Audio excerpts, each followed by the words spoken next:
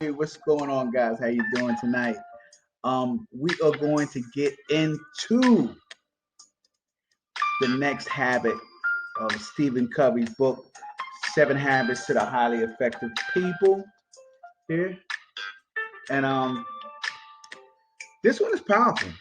Habit number 5 is powerful, and I know we've gone through some of the habits, guys, and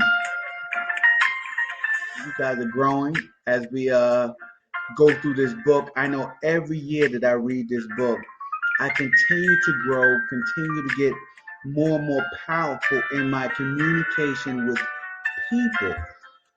Because at the end of the day, isn't that what it's about?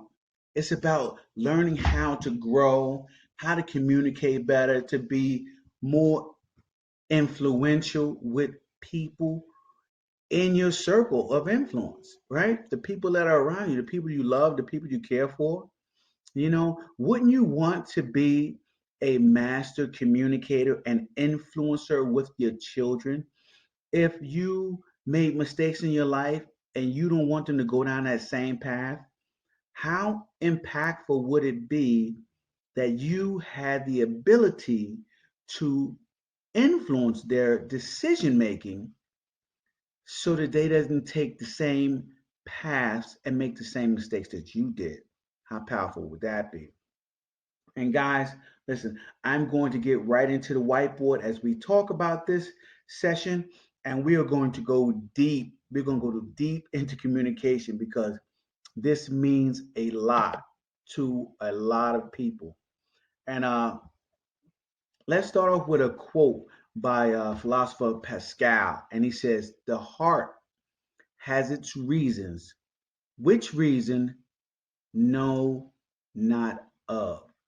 Now, the deep meaning behind that is that we don't live our lives in habit. We just don't, right? Just think about this, right? Stephen Covey gave me an example in the beginning of this chapter, and he said, "Imagine you have a problem with your eyes, right? And so, in having a problem with your eyes, you go to the doctor. And the doctor looks at you, and before even giving you an exam, he takes off his glasses and he goes, "Here, try these. Try these glasses on." You try the glasses on, you put them on, and you go, these are horrible. My vision is blurry. I can't see with these glasses. And the doctor looks at you and he says, "What's wrong with you?" He said, "These glasses have worked for me for years. You could have these. I have another pair at home." You look at the doctor and you says, "No, these glasses are not fixing my vision. They're making my vision worse than they were before I put the glasses on." Now, in this scenario, right? Just think about it. What is the likelihood that you would go back to that optometrist for your glasses again, for your vision? Very, very slim. And in that example, he opened up the entire chapter of we need to first seek to understand and then to be understood. Okay, so how often do we diagnose people before we prescribe in a communication, right? And we're communicating with other people. How often do we jump to conclusions, as I like to say, before we even know what they're about to conclude? Before we truly know what's on their mind, before we know what's going on, we have a pre-scripted answer that we're giving people. I know I did, and I have to work on that each and every day to slow down and back off my quick responses because we love as human beings, we love to quickly solve problems, right? We have a tendency to rush in and fix things, and we want to give out good advice, right? Listen to this, kid. I got great advice for you. Listen to this, rookie. I got great advice for you. Listen to this, sergeant. Listen to this, officer. When I was in law enforcement, I have this great advice, and quick advice I wanted to give them. But we often fail to take the time to diagnose, right? To really deeply understand the problem first, right? And I know that in my business, we have a tendency to put all problems in a big problem basket, right? And the person with the most experience in solving problems is usually the person that we all go to for the answers. But here's the deal: in personal relationships, you cannot use that same philosophy because, right, everybody's perception of a problem is different. That is why you can't use it in personal relationships. So you can use it in a bulk training, but you can't use it in a personal relationship with individuals, guys. Understand where I'm going with this, okay? I am talking about personal relationships. I'm talking about the most valuable asset that we have in this world, and it is relationships with other people. Remember that, right? It is like gold. Relationships with gold, and you want to constantly build and grow those relationships through trust, right? So how about this? Think about this. Um, there are four, and I'll put it on the whiteboard for you guys. Okay, I'll put it in a note. How about that? I'll put it in a list. You know I love my list, guys. You got a list. Give you guys a list,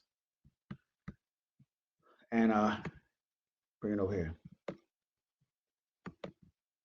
All right, and this list is called, it's four basic types of communication, right?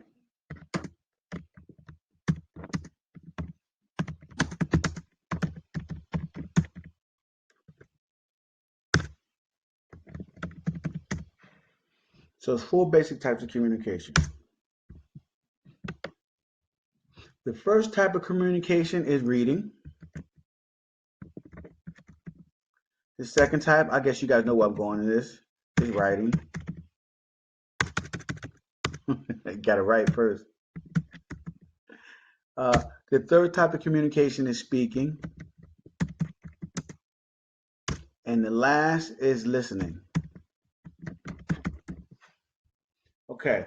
Now, if communication is extremely important and these skills, right? Learning these skills and getting better and becoming better in our lives at communicating with one another, then why, right, does our education system, and I'll talk about our education system over and over and over again, guys, because it has failed us repeatedly over and over again. But in these four basic types of communication, 90% of our education system as we grow up from children up until we're about to go into college, 90% of it is based on reading and writing, right? So our educational system, it devotes all the time to developing the skill of writing on paper and reading. And then they assume the listening part, right? Because the teacher is in front of class and they do the lecture format and they continually talk to us each and every day. And they assume that because we're hearing them, we are listening. See, and that is where our educational system has failed us. Now, by the way, it also has failed us in speaking because very few of us are good at speaking, public speaking, video speaking, communicating our thoughts and our frame of minds to other people. So, those are two things that we are lacking and that our education system does not focus on. Okay. Now, uh, you know, I found listening to be extremely important. And you guys, I don't know, or maybe you girls will laugh at me, is as I got older, when I got married, right? When I got married, I realized that I was hearing my wife and not listening to my wife, right? And because of that, there were so many misunderstandings. And you guys know what I'm talking about. When when someone gives you instructions and they expect you to do them a certain way and you don't do them that way because You're so in tune of doing it your way, how you would have done it. And it's because you're not communicating directly with the person giving the instructions. You're not first seeking to understand what they're saying. You're just listening. Okay. And then assuming based on your feelings and emotion and experiences. Okay. Now, I had no training in education, by the way, um, and which would enable me to be able to listen. So I really, really, really, uh, let me see. Give me a second, guys. I really, really had to deeply understand my wife and other people, right? In order to learn how to communicate, because if I didn't, I would have, a failed marriage because we wouldn't be communicating back and forth. I wouldn't understand her point of view, her perspective, and we would end up being having a miserable life. So this was something that I began to work on and try to figure out where can I get the education to learn how to listen, how to listen. And that is when I came across, Stephen Covey's book, which is so, so powerful. And that is why I read this book every single year because this book is a life changer, by the way, and not just in relationships. Okay. I'm talking all aspects of your life. So, from that, right, I learned how to understand my wife's frame of reference. Now, by the way, this is a constant work in progress because as people evolve and as people change, you have to evolve and change as well. So remember that, guys. Okay. If you want to interact effectively with somebody, you first need to understand that person. Now, what does it mean to understand a person? Right? How are you starting this process of understanding an individual? Right? Now, this doesn't happen through some technique. Like I hear a lot of people talk about um, repeat the last three things that the person says. I recently heard that, and a person will think that you're communicating with them. No, these are all tricks, right? And if a person catches on to that, they will not open up to you. You will never know what a true person is, how they feel, and how they're thinking from their point of view, from their frame of perspective, if you don't truly seek to understand them.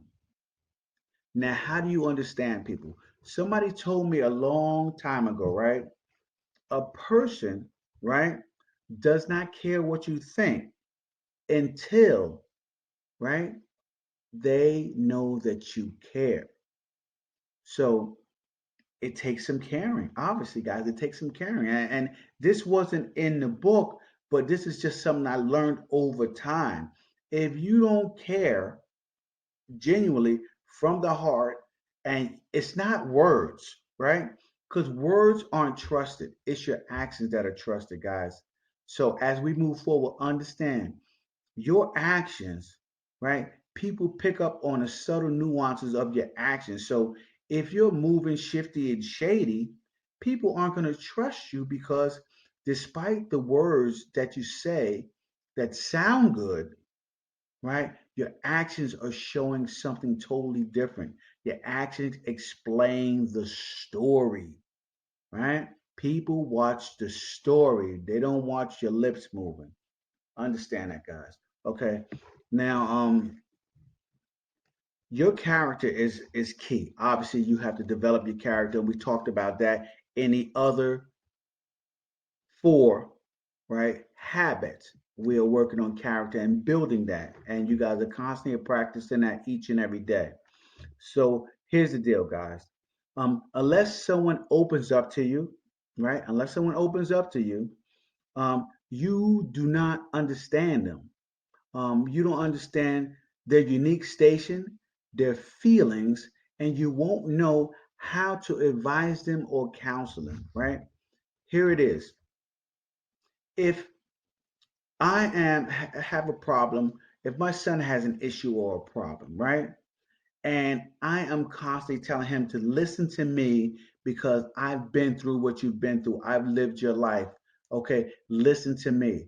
How does that sound? Now, I'm going to repeat that again. My son has a problem that he is dealing with. I ask him about the problem. He goes to tell me, and I goes, "Oh, I understand that. I dealt with this when I was a teenager. I dealt with this when I was in my 20s. I dealt with this when I was in my 30s, right?"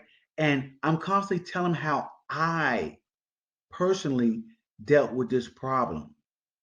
Well, guess what? What part of listening, okay, am I getting out of this? If I'm giving everything in the reference to what I did and how I lived my life, then I am totally and completely ignoring the fact, the most important part, by the way, of that I need to first listen and understand where he's coming from in order to understand him. So that is the key. And I notice a lot of parents do that. And and I'm not faulting you for it because I believe that we are taught to do this. Intrinsically, it's ingrained in us. So so let's move on to this. So unless a person is influenced by your uniqueness, they're not going to be influenced by your advice. So if you don't influence somebody, meaning if they don't think that you understand them, then your advice is a waste of advice. They do not care about your advice.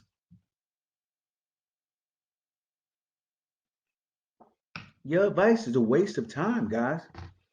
So let's move on a little further than this. Okay.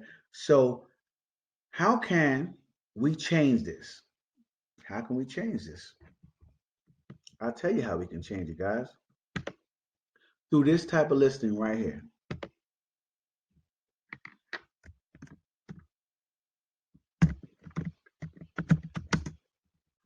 Empathetic listening.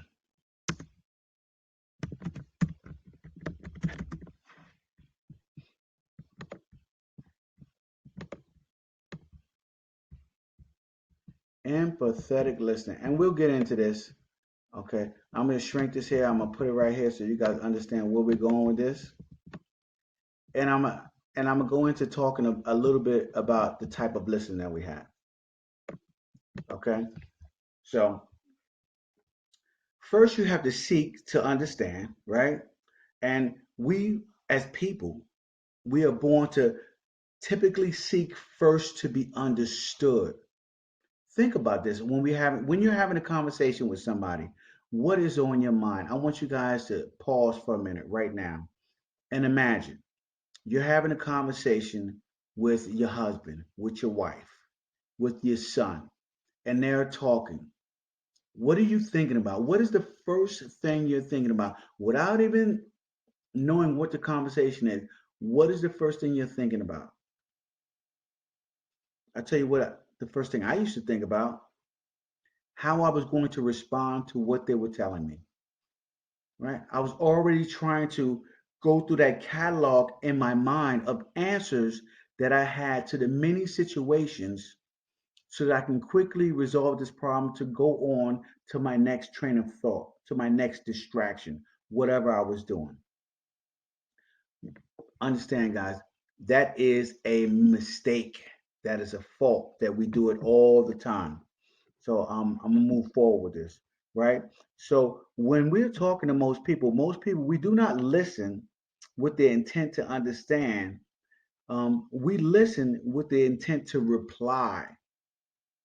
It's a totally different intent, guys. We're either speaking or preparing to speak. Matter of fact, I like that, and I'm gonna write that down so that you guys can see it, and you guys will know that this is a no-no. This is something that we're not supposed to do.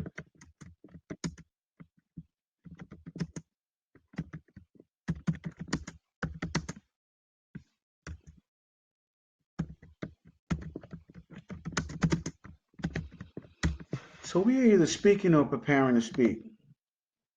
So if we're either speaking or preparing to speak, what does that mean we're not doing? What are we not doing if we're speaking or preparing to speak? We are not listening, guys.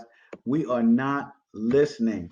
And if you're not listening, then how are you giving informed information to the person who you are talking to? Think about this. Think about this as we go through this process and you guys learn as I relearn this habit over and over again. If we are speaking or preparing to speak, we are not listening. And we're definitely not listening with the intent to understand. Guys, okay. So now I spent most of my youth like this, guys. I spent most of my youth speaking or preparing to speak because you want to know what? I thought I was really, really smart. Um, and I wanted to have quick responses, right? Fast comebacks to people who would say things to me. When coming up, that was like my defense. My defense was I had quick comebacks. In high school, we used to do we call them hikes, meaning we used to talk about people and get other people to laugh at them, and whoever had the best hikes was the most popular because everybody laughed because that person was funny.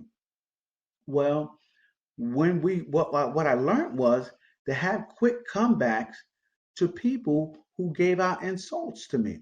And this carried through my high school day, through grammar school, through high school, and as I became an adult. So as people spoke, I just developed the quicker and quicker comebacks and responses to people when they spoke to me. So a lot of times I spent most of my younger years, teens and 20s, not listening to people because I already knew that. That was me. I was the already knew that guy. And it caused a lot of problems in my life, guys. And it will cause a lot of problems in yours if you continue down that path. I just want you to know that. Okay. So one of the things I tell people is if I had known then, right? If I had known then what I've known now, I would have spent a whole lot more time working on learning how to listen than working on learning how to respond. Okay, understand me. I would have spent more time learning how to listen than I would have to learning how to respond. Listening is your superpower. Superpower. You understand me? Responding is empty promises. Trust me. Responding is empty promises. You want to learn how to listen, right? So now when a person speaks, we usually listen at one of four levels. So I'm gonna give you guys a list for that. I mean a little note for that. So the four levels. So we listen at four levels.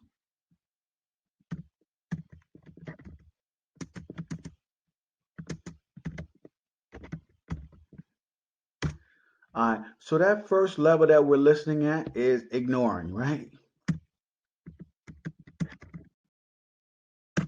Now, basically, ignoring basically means that we're not listening at all.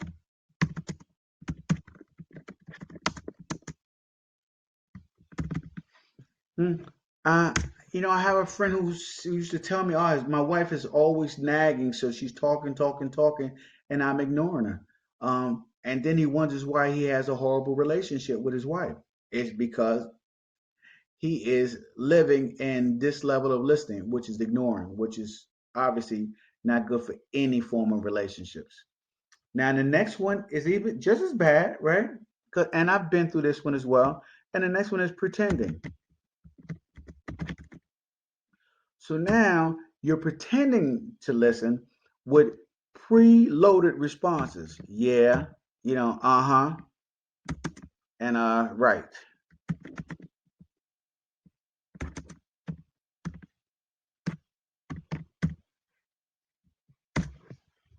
So now you're pretending. Now the next one is, right? The next one is selective listening.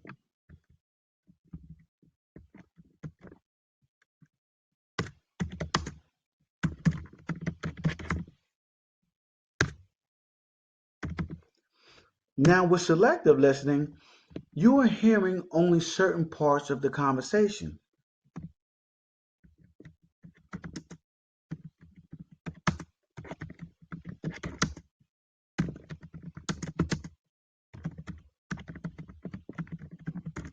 And those certain parts that you're hearing are parts that are related to you as far as the conversation is concerned, from your experience, from your perspective. Understand this, guys. So people say, oh, yeah, I heard you. But what they're hearing is they're hearing things from their perspective. They're not hearing the full conversation. So doing selective listening. And the last one is attentive listening. Now, now you would think that this was important, and I went through these different stages of listening.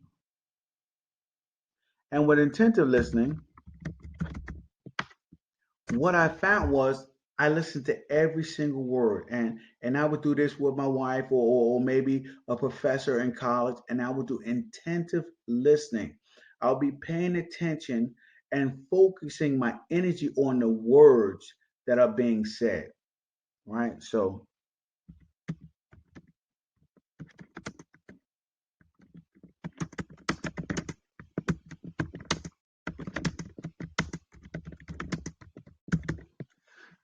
now understand this, guys.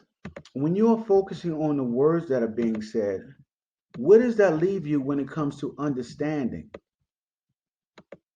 in these four levels of communicating?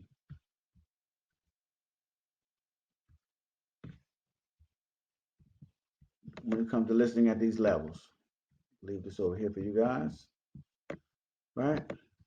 So, we, like I said, we got ignoring, pretending, selective listening, and attentive listening. And would you think that out of those four, which one do you think is the best form of listening? Okay, guys, listen. The best form of listening is none of them. None of them give you the true understanding of the person that you are trying to talk to, the person that you are communicating with, right? All of them are levels of, I would call selfishness, and all of them are levels of you trying to respond to what is being said to you based on all of your selfish points of references. Um, uh, Stephen Covey called it autobiographical points of reference. So from you, okay. So, but very few of us are taught this one, empathetic listening. That's right. So I put it right here for a reason, guys. Empathetic listening is a superpower, right? And it is a superpower because I'll tell you what it involves.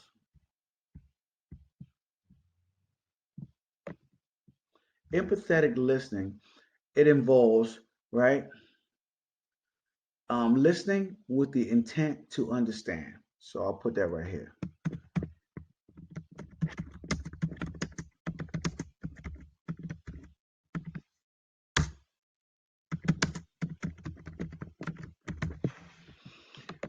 So listening with the intent to understand. How do you listen with the intent to understand? Right? Because if we're doing this, and this is something that was never taught in high school, wasn't taught by your parents, your peers don't do it, everybody's trying to out-talk everybody in this day and age. How are you listening with the intent to understand, and how can you develop that superpower? Because it is not easy. Because if it was easy, everybody will be doing it. Trust me, guys, everybody will be doing it. Okay, so when you become an empathetic listener, what you do is you get inside another person's frame of reference, right? It is important. You see the world the way they see the world, and you understand, you literally actually understand how they feel, right? Instead of saying, oh, I understand you, or I get you, or I see where you're coming from, Instead of using those empty words, you actually see where the person is coming from. You actually understand how they feel in the situation currently that they are talking to you about in their conversation. Now, obviously, this form is powerful, right? And because it gives you an accurate data to work from, it is accurate. Because when you have a conversation with someone and that conversation involves, I don't know, a relationship such as a marriage, and now you're getting accurate data from your husband, accurate data from your wife, accurate data from your children, you can now use from their perspective your knowledge and help them to solve the problem. But they won't take your advice unless they notice you understand them. So understand that, guys. So instead of assuming thoughts, feelings, motives, you're actually dealing with, right, reality inside another person's head and heart. And that is worth putting in a note, guys. Right? So,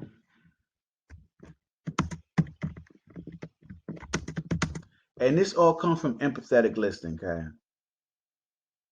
So instead of assuming, and we all know that assuming is horrible, by the way.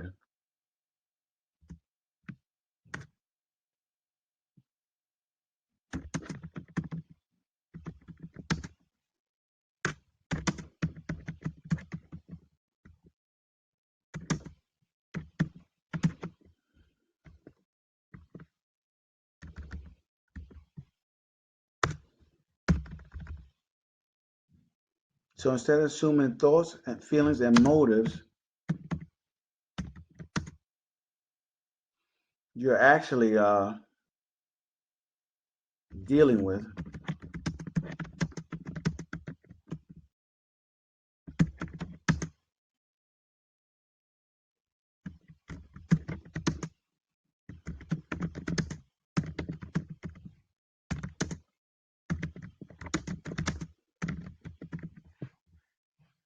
Just think about it, guys. Right? Isn't this a much better way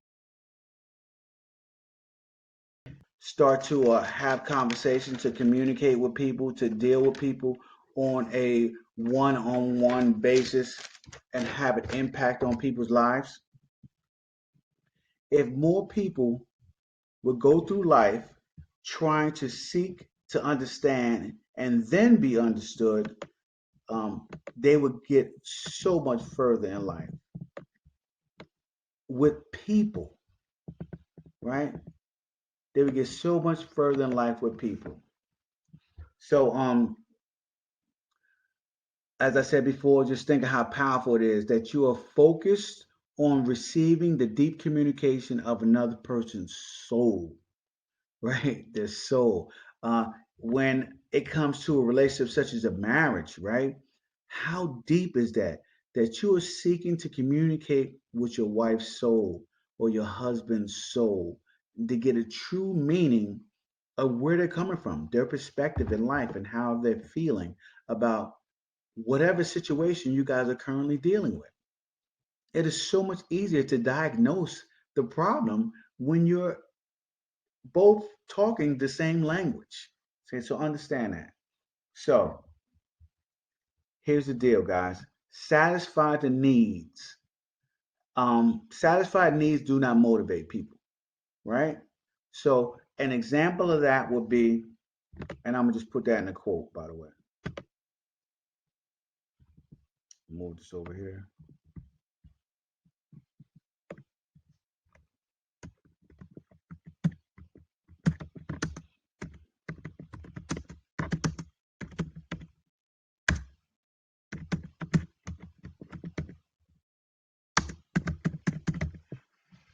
So satisfied needs do not motivate people.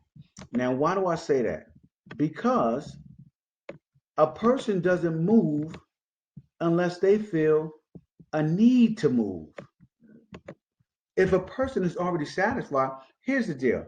And Stephen Covey gave me this example, and hopefully you guys can bring this uh, thing together with this example. Say you right now, you guys are watching me on video, you're listening to me, and you're learning, and this is important, right? So you guys are moving ahead in your learning process. All of a sudden, someone takes all of the oxygen out of the room. What else matters at that point in time? Nothing. Nothing but your next breath. You can't breathe. You have no oxygen. There is no other need in that room. Despite how you want to grow, despite what you want, despite all of the things that you wish to achieve in life, nothing else matters at this point in time other than the oxygen in the room. Your next breath. Where's the next breath come from? This is why I say satisfied needs do not motivate people, right? People are motivated by their needs. And empathetic listening is the oxygen in the room. It is the next breath to people. It is the reason why people will listen to you. It is the reason why people will understand you. It is the reason why you can become far more influential over anybody else around you because you will be working on this superpower right here. And trust me, it will be work because we are ingrained not to listen to people. So just think of this. When you're dealing in relationships, you first give that person the psychological oxygen that they need, which is empathetic listening. Then once that need is met, right, you then move in to influencing them or solving their problem. Because remember, if they already have what they need, then they don't need you. But most people running around this world, they have a psychological need to be heard. Empathetic listening is that need. It is that superpower, man. This guy, guys, this is, whew, as a matter of fact, this is so good. I think I want to circle it in red so you guys understand it.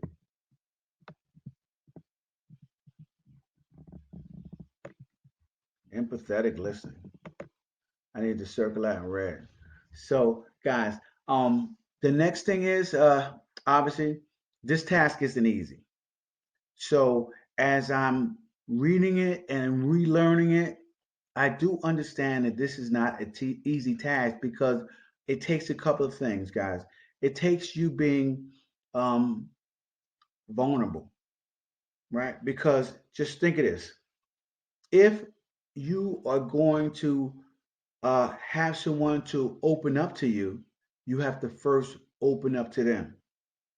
It's just a process of how we grow and how we communicate. You open up to one person, they open up to you, and they feel comfortable now communicating and allowing you to influence them because now you both have giving something in the communication. Remember when I talked about the win-win, guys?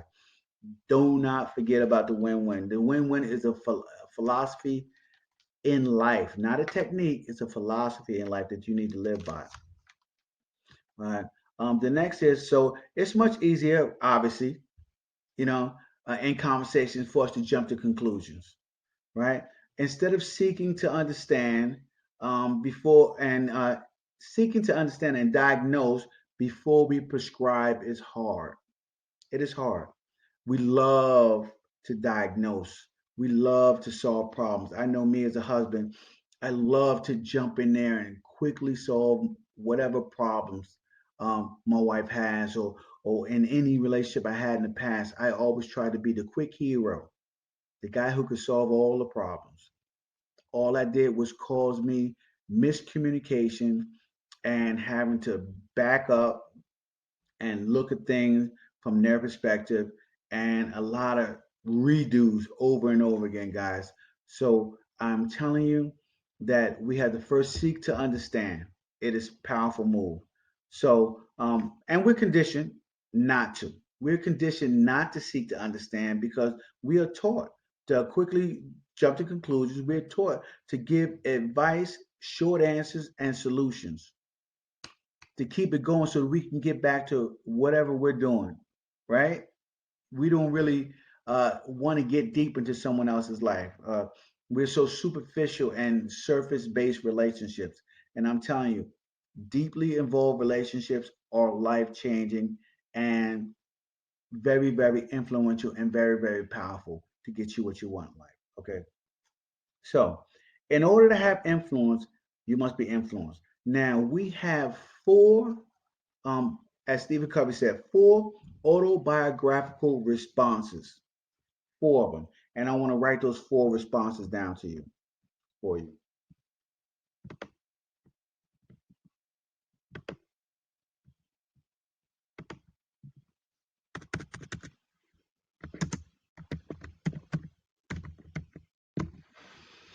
So, we have four responses.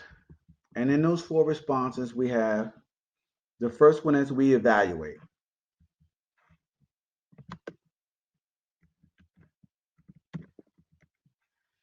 right? Now, so in evaluating, we either agree or we disagree.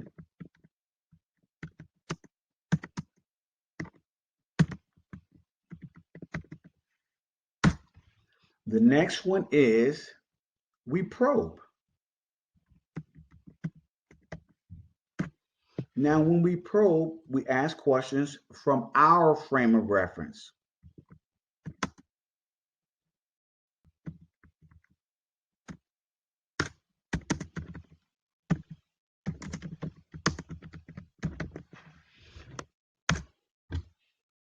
So we ask questions from our frame of reference. The next thing we do is we advise.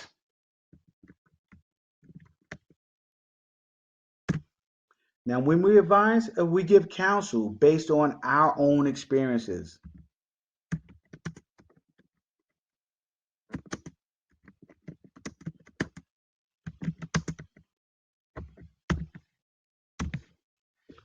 Right? The last thing we do is interpret.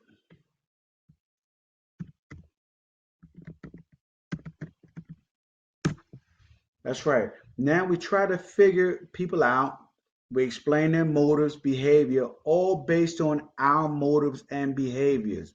So we try to figure people out.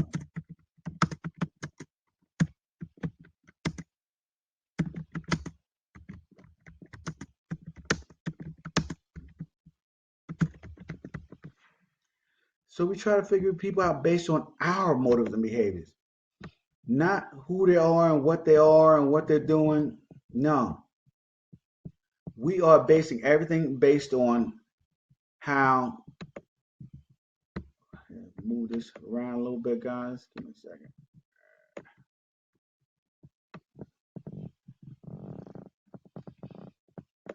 All right, these are four responses, guys.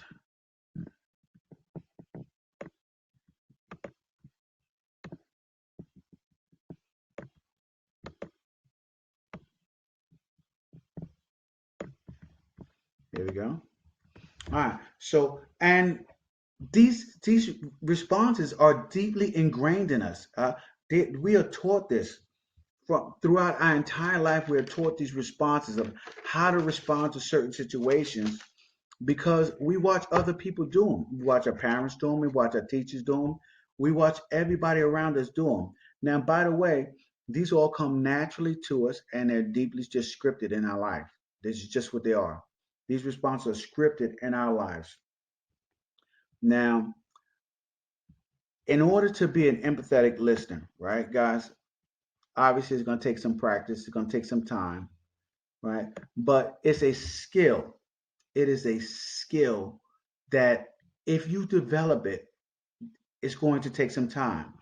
But think of this: you would much rather spend the time developing a skill as powerful as empathetic listening than spend the wasted time, okay, of correcting all your past mistakes over and over and over again, your past misunderstandings in relationships. And I'll tell you guys this, there's some relationships that you can misunderstand a person so critical that it changes that relationship with that person forever.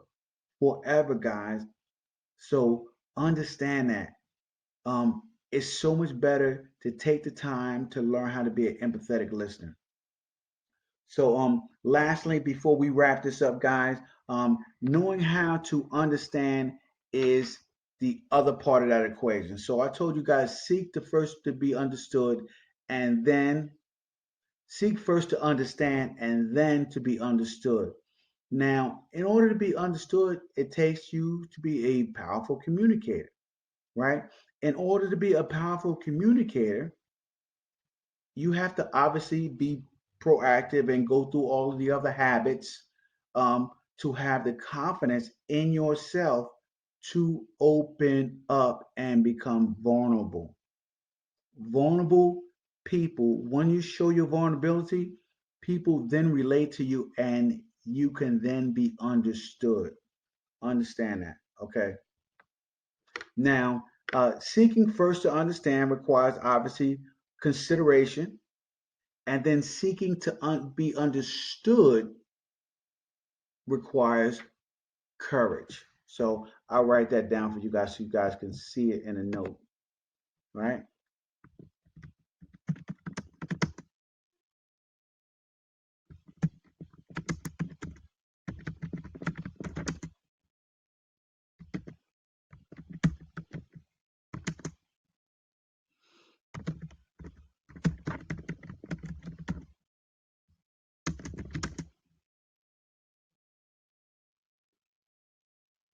And then to be understood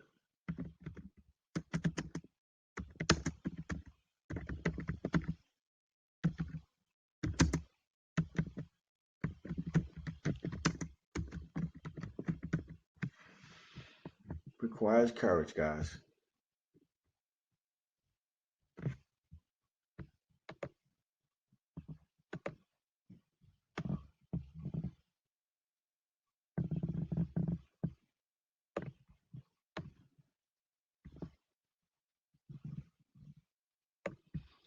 And what courage are we talking about, guys? What courage are we talking about? Right? We are talking about the courage of you opening up and being vulnerable to another person, right? Now, I understand that you don't want to be vulnerable to all people in your life, but the people that are most important to you, you should be opened up and vulnerable to them so that they can be vulnerable to you and you guys can have free, open communication with one another. Now, in wrapping this up, uh, it is important that you understand that consideration and courage are both high requirements of a win-win resolution in relationships. They're a very, very high requirement. And you know, you guys, in the last one had before, I told you guys seek to win-win in all your resolutions. So if you are seeking first to understand and then to be understood, you're going to have the consideration for the other individual and you're going to have enough courage to be vulnerable. And there you go. So, guys, there are three words that I want to end this uh, training with, and they are from the Greek uh, philosophy, and they're embodied and they're arranged in a sequential order. So I'm going to put them top, left, and right, left to right. Okay. And the first word is ethos.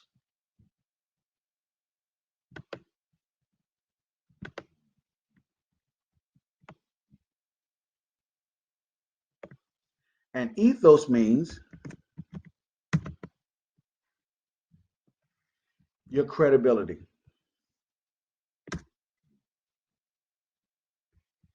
your personal credibility.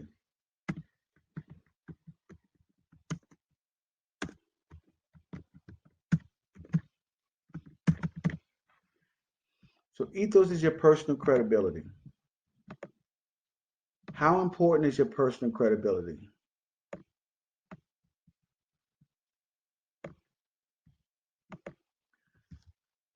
It is the faith that people have in your integrity and your competence, okay? And it is the trust that you inspire in other people, right? That is what that is. The next one is pathos or pathos.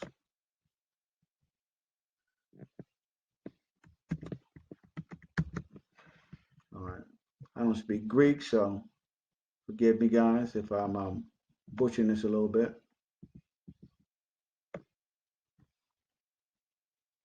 And pathos stands for your empathetic side, right? Um, it is the feeling, right? It means you are in alignment with the emotional thrust of another person's communication. So your empathic side.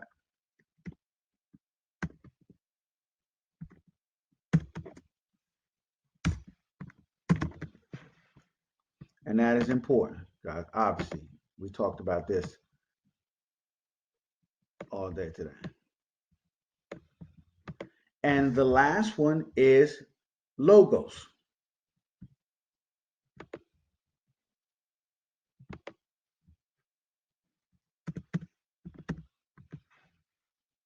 And logos is the logic. It stands for the logic.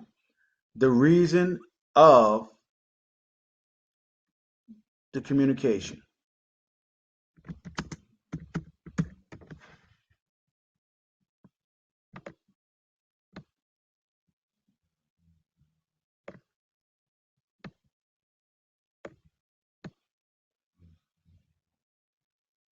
And guys, I'm going to tell you what, right? The reason why these are in sequential order is because, as I talked about before, you have to go through this process in order to build relationships, in order to have a good life with other people, in order to truly communicate and understand and be influential. Empathetic listening is your superpower, and it is at the center of all of this. And even though that saying is Greek, I'm gonna put empathetic listening here in the middle